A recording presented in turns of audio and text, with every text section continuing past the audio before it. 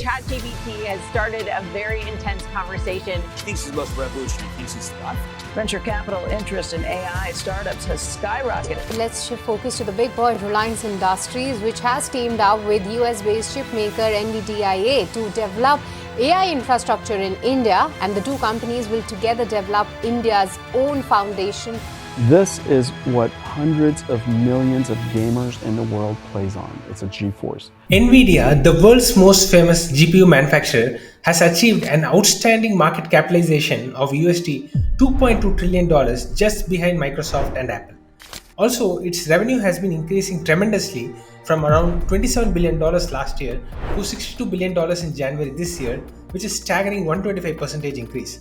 Also, it has been profitable, and the profit has increased by more than 550% to around $30 billion this year.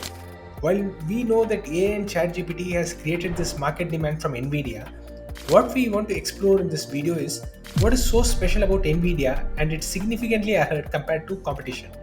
Also, we will look at other interesting facts as we go forward. Before we proceed, I request you to take a moment and subscribe my YouTube channel and share it to your friends. Now, going back to the question, there are a few important reasons why Nvidia has dominated the GPU industry for AI and high-end gaming. The first reason is Nvidia's development of CUDA cores and its emphasis on proprietary drivers. CUDA, which stands for Compute Unified Device Architecture, is a software framework developed by Nvidia to improve GPU capabilities. Without complicating it, let me make it simple.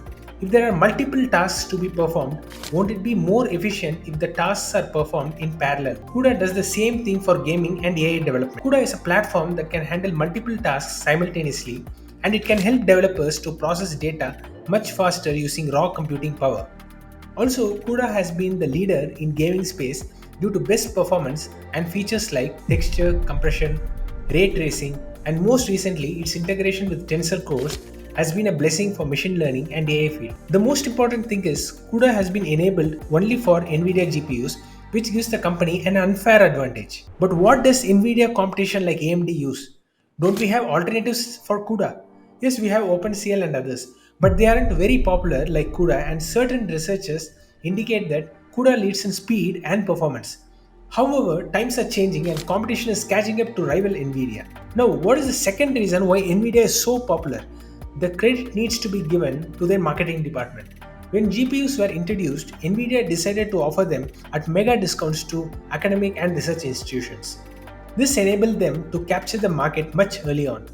Also, the co-founder of Nvidia, Mr. Huang, has served as chief executive of Nvidia for more than 3 decades, which was unheard of among Silicon Valley firms, and his videos on YouTube are one of the most viewed in the industry. The third reason is Nvidia just designs the chips.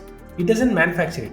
So Nvidia is highly focused on investing in R&D and chip design, while it just outsources production of chips to foundries like TSMC or Samsung. So over time, Nvidia just got more skillful in improving the performance of chips while outsourcing the less complex tasks. The other important reason is Nvidia keeps developing new high-performance grade GPUs every year to cope with the demand for artificial intelligence and also to grow market share and fight off competition. H200 chips, the latest from Nvidia, are specially designed to handle generative AI and large language models. These chips perform 1.9x times better than their previous chips H100 while handling large language models like Llama 2.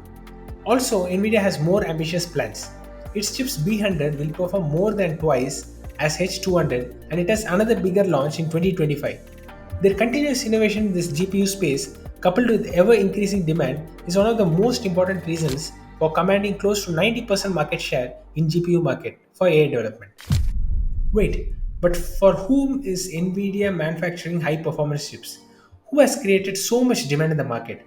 It's none other than the tech giants and the largest companies of the world, which are Microsoft, Meta, formerly Facebook, Amazon, and Alphabet. To give you some status, Meta is planning to build infrastructure for its artificial intelligence system with equivalent of whopping 6 lakh equivalent units of Nvidia GPUs by year end. This will be used to develop Llama 3 large language model, which will compete with other popular AI chatbots like Google's Gemini and OpenAI's ChatGPT 4. Microsoft, on the other hand, is planning to build one of the largest AI supercomputers of the world in its cloud platform, Azure, and it's relying heavily on Nvidia GPU. While it has started creating its own AI chip, still there is demand for tens of thousands of Nvidia GPUs. Other than these four tech giants, we saw Tesla, the other automotive tech giant, which uses artificial intelligence to develop self-driving capabilities of cars, is also spending billions of dollars for GPUs. It has developed Dojo AI supercomputer, which experts say is the fifth most powerful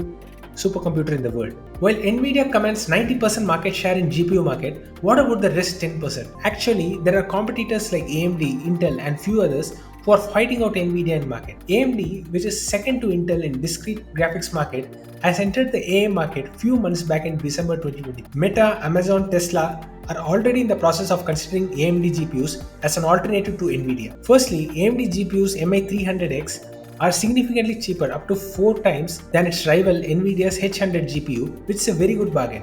Secondly, AMD claims that Instinct MI300X will deliver higher performance of up to 32% compared to Nvidia's 100 GPU. These developments show that Nvidia can't hold 90% share in AI market for long, and it might change in years to come.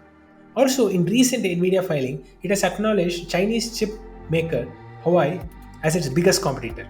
Since AI is powerful technology and USA doesn't want to lose control over its supply to China, it has imposed restrictions on Nvidia to stop supplying high-performance GPUs to Chinese companies. This restriction has fueled the growth of domestic Chinese chip makers like Huawei. Huawei has launched Ascent series chips to rival Nvidia's AI chips, and it has bagged orders from Chinese giants like Alibaba and Tencent. So friends, having looked at Nvidia's global environment and competition in supplying GPUs to cater to global demand, we are in the last section and we will see the plans set by India's giants to compete with the world. Tata and Reliance have been in the forefront to develop AI-based supercomputing infrastructure. Both have tied up with Nvidia to bring AI-driven applications to its consumers. Tata has planned to build AI computer with advanced GH200 chips of Nvidia to provide generative AI applications for startups and organizations. Also, Reliance has teamed up with Nvidia to build one of the fastest supercomputers to develop large language models which are trained on India's diverse languages. This can provide data to rural farmers on weather information, crop prices, and also Reliance is planning to utilize GPUs to build AI applications for its Geo customers and other organizations.